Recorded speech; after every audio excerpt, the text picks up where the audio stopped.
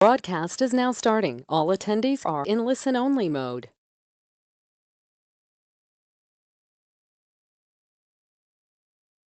Hi everyone, thank you for joining us today. My name is Chantel and I'm the Marketing Executive here at Sagittarius. I'll be hosting today's webinar on how to become a content marketing hero. I'm also joined today by Digital Executive Kris, who will be presenting the webinar today. It's expected to last about 45 minutes, which allows 30 minutes for content and 15 minutes for a Q&A session. If you do have any questions, please feel free to enter these into the question box on your screen and we'll go through these at the end. Just remember that today's webinar will be recorded and we will be sharing today's slides with all the delegates via email later this week. That's everything from me, over to you. Okie doke. So thanks Chantel for the intro. We've got a lot to get into today, so we'll just jump straight into it. Let's see, why isn't my slide moving? Good start. There we go. Today's webinar is going to focus on a little bit of housekeeping, quick intro to content marketing and why you should care about it in the first place. My kind of model on what I think the different types and stages of content are and how they play into how you create content. One of the most difficult things that people have about finding or writing or producing content is finding a topic in the first place. So we'll be talking about that. And a few of my favorite tips on creating engaging content, as well as a few of my favorite examples. And we'll be having as much time as we can for questions and answers left over at the end. So quick disclaimer, during the webinar, I am going to be talking as if I'm primarily talking about writing, but everything I'm talking about can apply to all types of content across blogs, landing pages, visuals, videos, on-site tools or apps, etc., etc. And we are going to point to one or two pieces of our own content, but I promise this isn't going to be an advertisement for our own stuff. There's going to be lots of different examples. During the webinar, if you can't hear me or you're having a technical problem or you want me to repeat something, please speak up and I'll be happy to go over it again. And like I say, we'll be taking questions at the end. So any point during the webinar, if a question strikes you, stick it in the chat box and we'll address it at the end. Okay, so a quick bit of housekeeping. Who are we? We are Sagittarius. We're a full-service digital marketing agency, as well as web development, primarily working with Sitecore, travel, healthcare, and e-commerce. Who am I? My name's Kris, digital marketing executive, been here for about 1.5 years. I got my start in digital marketing after I engineered a photo I took while traveling to go viral, sort of on purpose, resulting in about 135,000 visits to my website in 24 hours. So it's a bit of a crash course. Semi-regular contributor to the Drum magazine, either by guest blogs or Vox Pops. Day to day, I'm a AdWords and Facebook PPC manager, as well as a content writer for our clients. And a little bit of a brag, I've got the #1 blog on Sagittarius. So I'd like to think I know what I'm talking about. I'm also the only guy you might see on LinkedIn who has emojis plastered all over his profile. Your mileage may vary on whether or not that's a good idea. But more importantly, who are you? If I have to guess, if you're watching this webinar, your business probably has a blog because it's the thing to do, but you aren't really sure what to do with it. You might have tried content marketing before and stopped because it just didn't result in much, which is perfectly fine. Your business might have some great content writers, or you might have an in-house or a third-party video team, and you're just here for a few extra tips. So hopefully I'm right, and you'll be able to get away with some useful actions after today's webinar. All right, so when you teach, you need to start at the bottom. So we'll just go into the basics of what is content marketing and why do we want to do it. So simply put, content marketing is turning yourself or your brand or your business into a publisher because you're producing content. And that's really the best way to think about it. And the fancy way of saying it is it establishes your brand as a source of useful, relevant, or entertaining content. Those three key words are kind of the mantra you should hold in mind when you're producing content. And the reason we do that is because you want your audience to follow you and come back to you and have some kind of brand loyalty. And one of the best ways to do that is via content. And in terms of what content is, before you even market it, the best kind of content is this little bit in the middle between what you need from the content and what your users need from the content. It's a beneficial relationship. It's not an advertisement. And that's, again, where your content should sit. And why do we want to engage in it in the first place? Well, like I say, it allows you to stand out from your competitors, establishes you as a useful resource. But my favorite point on this is that your product might not necessarily be unique, but your content can be. We've all got competitors in our industry. There are unique things about our products, but the service we provide might not necessarily be unique. But again, your content is all about you and your users, and it can be unique, and that can be the big selling point. As an example, we think about Netflix. Back in the day, Netflix was the video streaming platform. Of course, today it's not. We've got Hulu, all those other ones I can't think of at the moment, but you probably know who they are. Especially with Disney buying up everything and establishing their own streaming service, Netflix is no longer the streaming platform. And how does it combat this? Well, you probably already know the answer, but if you look at the library on Netflix some years ago, it's mostly other people's shows that they've licensed, and they might produce one or two of their own shows, but you compare that to today, where you're met immediately with their own content. And I can go on Hulu, but I can't see Dynasty or Jack Whitehall, and I also can't see the new Godzilla series, which would be a crying shame. I'm a big fan of the big kaiju. Anyway, if you want to get technical, content is a really good thing to engage in because it's vital for SEO. Well, how do we know this? If you are signed up to SEMRush, or you are aware of this, you might have seen this, but if not, this is part of a study that SEMRush put out at the end of 2017 to kind of show what they found were the biggest technical contributors to SEO ranking. And if we focus on the top 5 there, we can see that direct visits, time on site, pages per session, these are all engagement metrics. And if we look back again, things like keyword density, meta descriptions and titles, they do help. But you know, because SEO is evolving all the time, these aren't the biggest contributors anymore. What are the biggest contributors are things that appeal to brand loyalty, to engagement on page. Bounce rate is obviously a big important factor, because if the content's rubbish, they'll click away, and this makes it less of a useful resource. So Google doesn't want to rank it. So this is something to bear in mind, not just for content, but I guess SEO, but is proof, I think, of why it's vital for SEO. So moving on, how the hell do we approach content?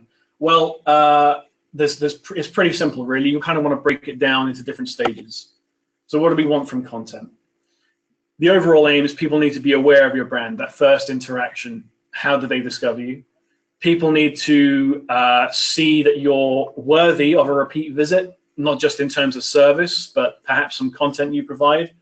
And the number one cherry on top is making loyalists out of your users or customers. Make them brand ambassadors almost, people who just love your brand and love being part of your service. And the way we break that down is this little model here. Originally, I had this as a funnel, but I kind of think of this as looking top down into the funnel, because while there are different stages of content, people can enter your funnel at any point of this content cycle, I suppose. So this is what I kind of think about whenever I start making a new piece of content. I think about what stage is this content fulfilling? Is it something that I want to get our brand seen? Is it something I want to show our users or customers why we're worth following in the first place? Or do I want to simply tell a little bit of story about who we are as a company, our culture, our history, and hopefully make people fans of our content and services? So to give a little background of how these pieces of content might be seen, getting seen is most likely to be found via search results pages. Showing your worth is most likely to be found by users browsing on your site or sharing it on social media.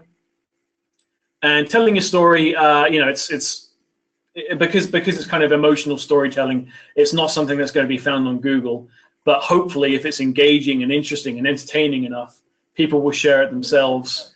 Or news some news articles might be put out about you. It really depends. So that's the model we kind of go with, and that's hopefully given you some ideas already. So like I say, to get seen, this is your bread and butter SEO bait, so to speak. You want your news posts, you want your how-to guides, your definitive guides. This is primarily useful content. And when you're creating this kind of content, you want your tone of voice to be instructional and informative. It can have a little bit of personality in there, but generally you want this content to fulfill a need. So it's not really the right time to start talking about how great your brand is. You want to provide the information. Showing your worth is more useful content, unique perspectives, so thought leadership pieces on where you might think your industry or general news is going. And this is your chance to be fascinating, a little bit more personal, because you're trying to engage with the user a bit more. They're not here necessarily for a how-to guide. They're here for long-term information. An example of that, if you're in marketing and digital marketing, you might know Think with Google, Google's own thought leadership resource, which we in this agency read quite a bit, share about. But an example of a smaller brand is KLH Sustainability, a construction brand that focuses on sustainable construction practices. And this kind of service really lends itself to thought leadership, because they are industry leaders, and they demonstrate that by having each member of their staff come in and write these 500-word articles, and it really goes a long way. And that's supported by networking events and so on and so forth. Tell your story is where the real fun happens, because it allows you to be you. You want to be inspiring and entertaining. You want to make people fall in love with you, basically, which is a challenge, but it can be done. Sometimes the story is what your users produce, in which case you want to encourage users to produce the content for you, either by competitions or just the chance to get their own content seen by the internet. And it allows you to take the tie off, because the tone of voice is yours. And it's probably the easiest kind of content to produce depending on your industry. We'll go into that a little bit later. And as an example of storytelling content, you really see this on crowdfunding websites like Indiegogo, usually involving a story about a son and his dad inventing the product. And yeah, there's the dad, and why you should fall in love with this product too. Which in turn gets them seen. Like I say, it's not a rigid structure. Users can enter that cycle at any point. GoPro primarily uses user-generated content to tell its own story, because the product lends itself to that. Obviously, there's a bit of budget and specialism behind that, but it can be as simple as something as we encourage our own staff members to do, which is tell the story of how they began working at Sagittarius and how they found it. It can be as large or smaller budget as need be. It just takes a little bit of initiative and drive, basically, to get your business talking about itself. So that's the model we go with. When we engage in content, the most difficult thing that I find, and when I talk about content, the question I always get asked is, what the hell do I write about, or what kind of content should I produce? What topic do I talk about? And this is such a simple thing to figure out, and I'm going to teach you how to do that. Basically, the big advantage is you don't have to put in much work, because the internet's a massive place full of questions. It's just a matter of finding them. You may be aware of RSS feed hubs like Feedly, which will allow you to basically categorize and view articles and publishers from different kinds of industries and topics, and have them all in a Facebook-style news feed, which might inspire you to write your own content, produce your own content, and just keep you abreast of what's happening in that industry. Or if you can be really lazy, you can set up some Google alerts and have them sent straight to your inbox by entering certain keywords. And anytime Google finds a new article or a new piece of content containing that keyword, it'll update you with a little digest. And again, that's another way to keep yourself instantly updated. However, my favorite way of doing it is going to specialized forums and social media, because if you were to say you were looking for topics on sewing or sewing machines, there are forums dedicated purely to these kind of things, and every single person there is going to have questions and answers. so you can see what they're talking about. And so I'm talking about topical forums, topic-based subreddits. Reddit can be a dark place, but if you look in the right forums, you can see the kind of thing you want. Facebook groups dedicated to your industry or topic. Blog comments if you're getting users engaging with your own content or other people's content. Quora questions, if you're aware of Quora, it's a question and answer website. YouTube comments on existing videos, not just produced by you. And of course, webinar questions, they're a handy resource as well. But I'll show an example of what that looks like. I mentioned sewing. Here is a sewing, what's referred to as a subreddit, which is a specialized forum basically. And all I've done is go into the search bar and entered how do. And I get a list of questions that people are asking about their own personal projects when they're creating. So you can use how do or variations on question prepositions to get topical questions. And it also lets you gauge what kind of level your audience is at. Are they experts? Are they intermediates? And what questions do those groups ask? Quora is really similar. I find it better if I just simply enter a topic, and I'll get the kind of questions that people are asking about the impact of certain changes or technologies, because people want to know how a new development might affect their industry. And if you know the answer, it's as simple as producing the content yourself, and it will get shared if it's useful enough. Or you can go to Twitter, type in how do or anyone know plus your topic, and again you get such an easy way of seeing the kind of questions people are asking. You can spend 5 minutes doing this, you can spend a few hours doing this, and just get endless questions or thought pieces or inspirations for your own content. It's so easy. So I hope that's helped.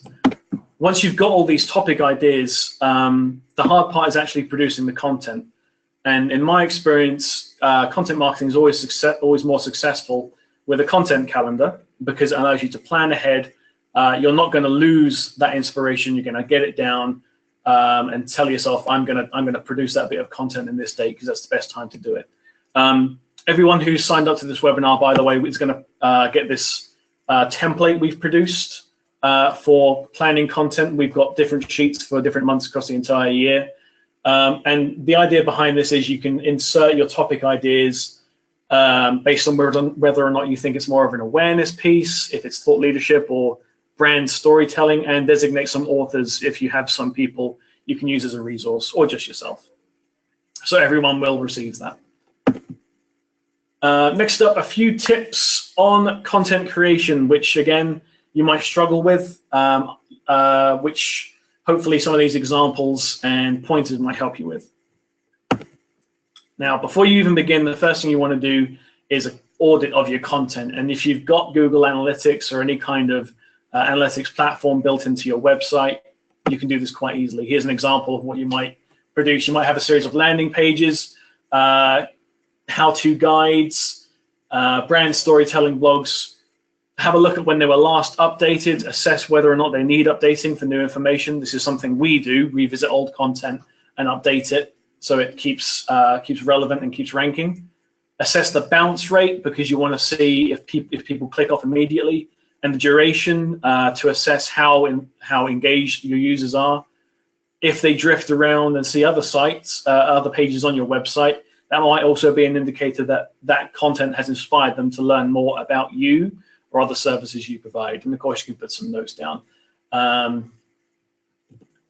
You also want to check your referrers, see what your top backlinks are, because basically you're finding out your top avenues for future content. If it's off-site content from a referrer and it's gotten you success before, that's an easy win because you can reuse them. It will allow you to assess what kind of engagement you get from your social posts. And going back to this little Venn diagram, ask yourself on each piece of content, if it's getting low engagement rates and a high bounce rate, for example, is this helping my audience, or is this purely an advertorial, so to speak? Is it just self-serving and the user's not getting anything back in return? Because that's what we want. Also, kind of assess how much of these buckets, so to speak, you're filling up. Are you primarily focusing on SEO, but you're not really talking much about the industry and not engaging much in brand loyalty via storytelling. For reference, with our clients, we kind of find that they're pretty good at getting seen, very good at showing their worth with thought leadership, because of course they're experts in their industry and they can talk about their passion for the industry at insane lengths. So there's great potential there. And again, telling your story and brand loyalty is where some people suffer, because sometimes people just don't see the point in it, or they find it hard to differentiate between what is seen as professional content and what is brand loyal content. Or they just don't have the budget for it. Some of the best storytelling content is done via video, which obviously puts a lot of people off because they think expensive camera setups and all sorts. Or sometimes you just don't want to stand in front of the camera, which is really, really understandable. But personally, my number one tip for creating content is just keep creating it. The more you do it, the more you push yourself, you'll get better and better at it. I myself, this is only my second webinar. I want to kind of do more because I think I'll become better at it the more I do. We work in a digital agency, like I say, which means we have some real experts in our industry, in our agency, but they're just too busy to write any blogs or produce any content themselves, because they're working, obviously. However, I found that if I'll go sit down with them or talk with them just for 5 minutes about a question I might have about their expertise or what they think of this, they'll happily talk with me because they're passionate about it and they're knowledgeable about it. Hey, I said the word. And then I'll be able to create the content myself. This also works for video. Standing in front of a camera takes no effort whatsoever. If you've got experts in your business and if they're passionate about it, you might agree with me that it doesn't matter what the topic is, but if someone's passionate enough about it, you can listen to them talk about it for ages. That might just be me though, but consider that. I also get asked, how do I produce content if I'm in a boring industry? And in my opinion, you're in the best position if you're in what's deemed as a boring industry, because your competitors are going to think that too, which means if you take that first step and prove that your industry isn't as boring as you might perceive it to be, you're going to get rewarded by your users, because you're the only content producer out there talking about that industry. So it's your job to prove them wrong, basically. Now, a word about producing engaging content and budgets. I really, really believe that you can create any engaging content in any subject with any budget. And I've got a few examples that I found over the last few days of that kind of thing.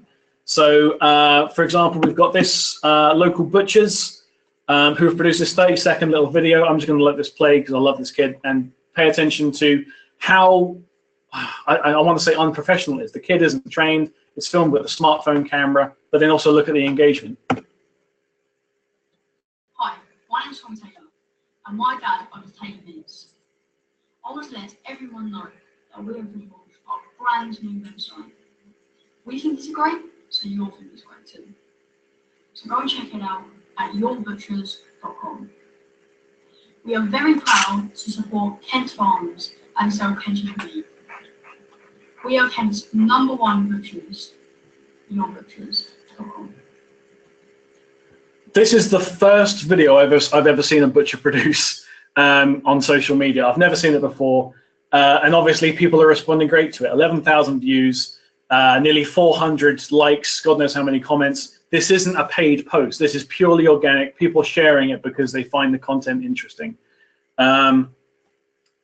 But you know, butchery might be considered a boring industry to talk about, but I personally think this is great. I would watch this kid do 30-second little updates on the day in life in the butchers, or receiving the morning delivery of meat, because he's such a charmer.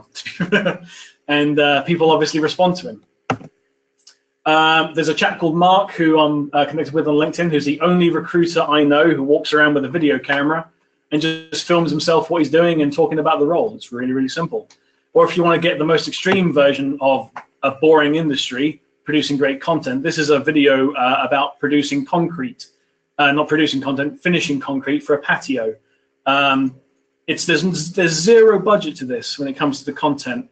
It's just a chap talking over the video, describing why it's important to hire professionals, and some guitar music. And this is a 15-minute video about pouring concrete, and I watched it all the way through. And so did 360,000 other people. I'm just going to skip through so you get an idea of what I mean. You're watching us place a brand new sand finished patio right over the top of an existing patio that is probably 35 years old, and it's broken up. It was ready to be replaced. A heavy rebar section was put in place with smooth dowels located. Whoops, I'll go back quick. Play again, please. Technical hiccup. You're watching us place.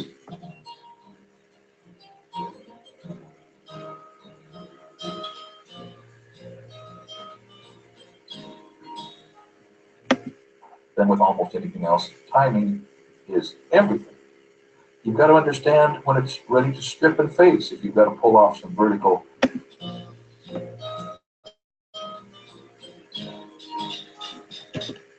I think that's enough of watching concrete dry, but you might agree with me that that is a great bit of content, and you wouldn't say that was expensive to produce.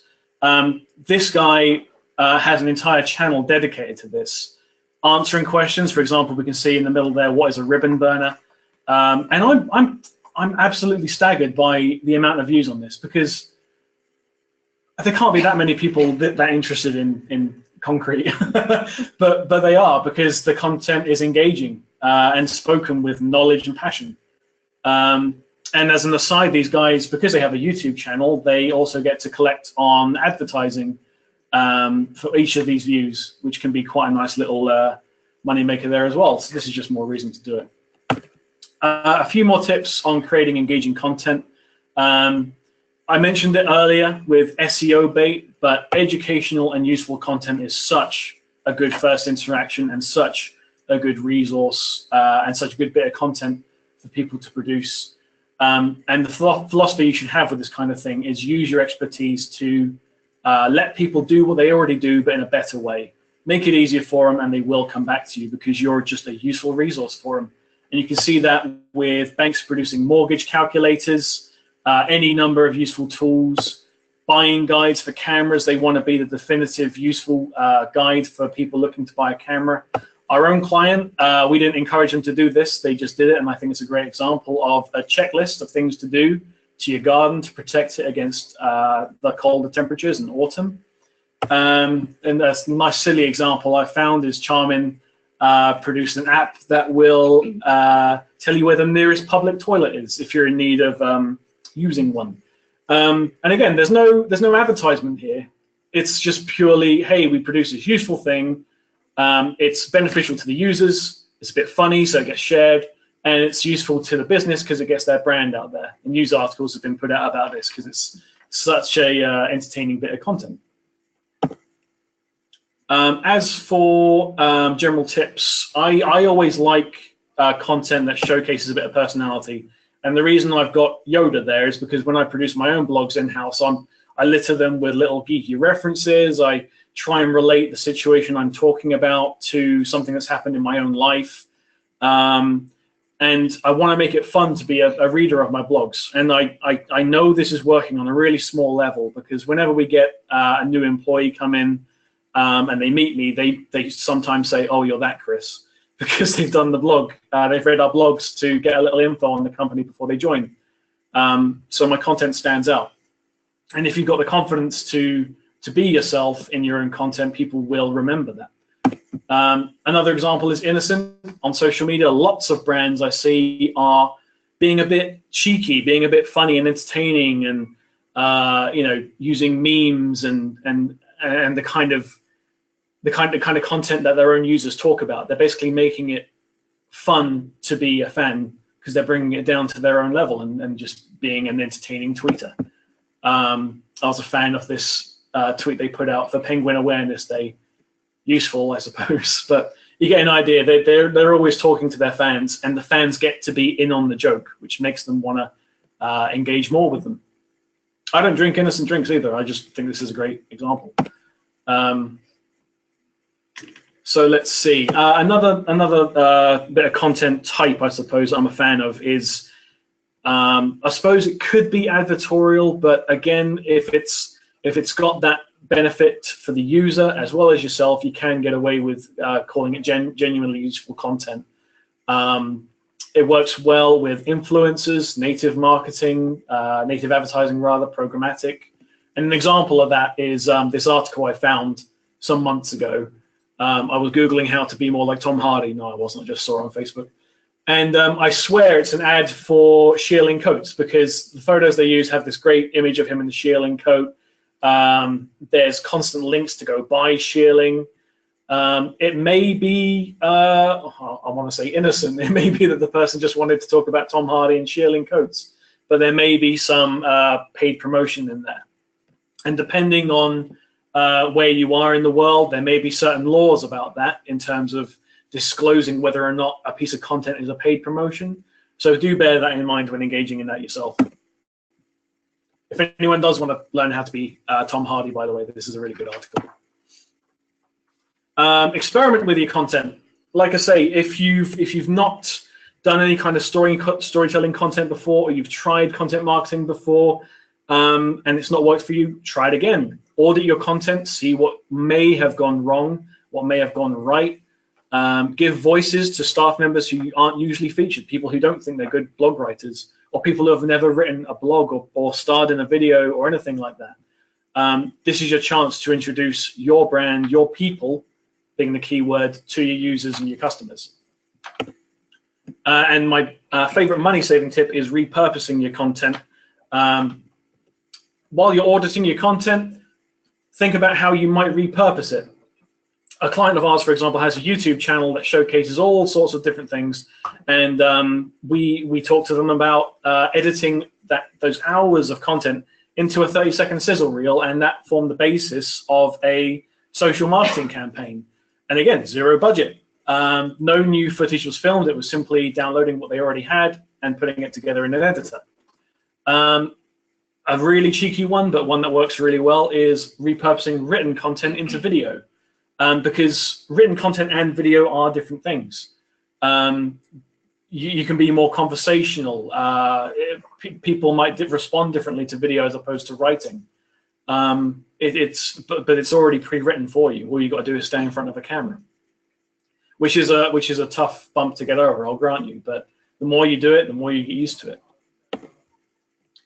And last of all, content. I may talk about how content's easy to produce, but long-term success with it requires trying and trying again.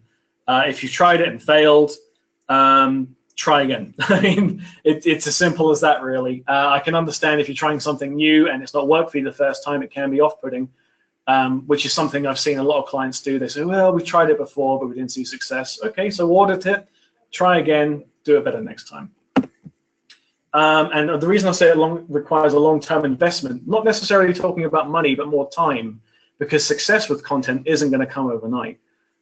Speaking for ourselves, we've been producing webinars for over a year now, and each one we do gets a little bit more shares, a little bit more signups, and we know it's working, but this is a long-term endeavor.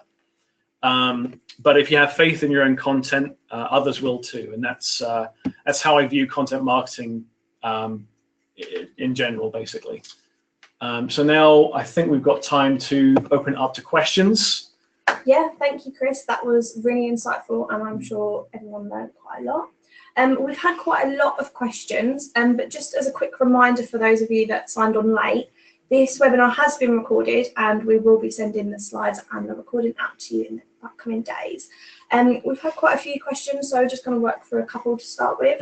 And any that we can't get through to, Kris is quite happy to follow up via email afterwards. Yeah, if I can't answer it right now, I'll be happy to follow up with you on email, or produce a second webinar maybe. But sure, go ahead. Perfect. Wonderful. So what are the most common mistakes that you see marketers making with content, and how would you suggest they fix them? Most common mistakes with content marketing, or just content? Just with marketers and content. So. Marketers and so everything basically. I suppose I see two mistakes really. One of the big ones is content for content's sake, or rather content that doesn't give back anything useful to the user. So if we think about that Venn diagram again, you want content to be useful to you and your user. And often I see it's hard to get that balance sometimes. People may understand that content shouldn't be an advertisement, but they're perhaps too afraid of bigging themselves up or inserting a hyperlink to their service page or something like that. But the saddest thing I see is people who have tried content and not had any success with it, and then they've stopped completely because they've said, well, it's not for us. And I think that's a great shame, because I think every industry has the opportunity to produce great content. And I think that comes from a lack of planning, which is why we wanted to include that content planning calendar, because when you plan it out, you can commit to it a lot more. It's very easy to get inspired about content over a few days and then forget about it once the actual work comes in, or success isn't seen immediately. But I encourage people to plan their content ahead of time and just make an effort to commit to it a bit more. Wonderful. So just another question. We've had a question that says, my problem is getting people to read the content rather than the creation. So do you have any tips on the subject? So this is about getting your content seen, it sounds like. So yeah, that's the other tricky thing, getting your content seen. There are various techniques you can do to mitigate that and improve on it. First of all is content audit. So you want to look at your content length, because, you know, for one thing, for SEO, content length is important. Generally, 500 words of content doesn't necessarily cut it anymore. You want to look at how useful the content is, so that when people do find it, they're more likely to share it. But in terms of getting seen, I would recommend looking at your analytics and seeing if any kind of referrer has linked to your page or your site in general. And you will have to put some guesswork into it, but research as to why they shared that particular piece of content and not this one. Compare and contrast between the two. Up your social shares. For any single piece of content, we share it. How many times would you say? Well, quite a few. So we will probably continue sharing it for as long as it's relevant. Plus, we get all of our staff to share it, which on their own LinkedIn and Twitter. So that's quite a lot of shares when you think about it. We encourage a little bit of healthy competition in our own agency about who can get the most shares on any piece of content or the most views on a piece of content they've written. So catering to a bit of competition really works. Trust me on that. It's made me quite competitive. But generally, any one piece of content we'll share multiple times a week and ongoing, like Chantel says, until it's no longer useful. It's not a case of throwing spaghetti at a wall and seeing if it sticks. It should be more involved than that.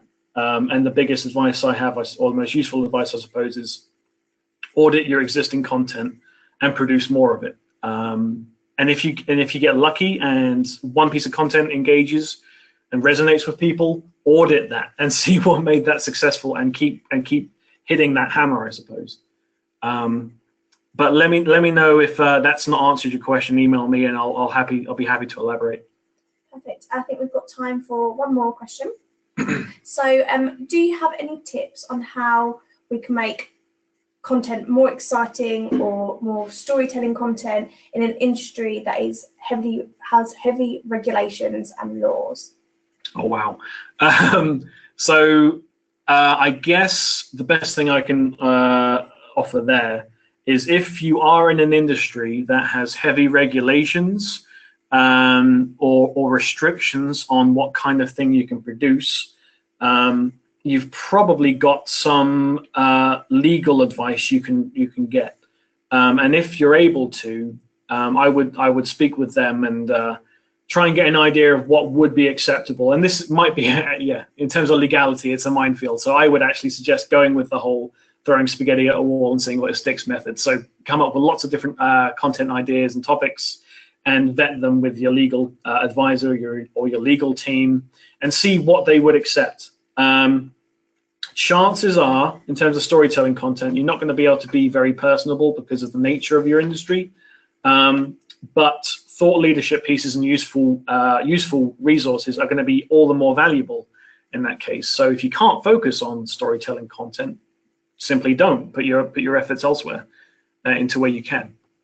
Perfect. Right. I think that's all we've got time for today. So thank you very much, Kris, for presenting, and thank you to everyone that attended. We'll be following up with you with the slides and any questions. And the content planner as well. Yes. Right. Thank you. Cool. Thanks, everyone. Bye.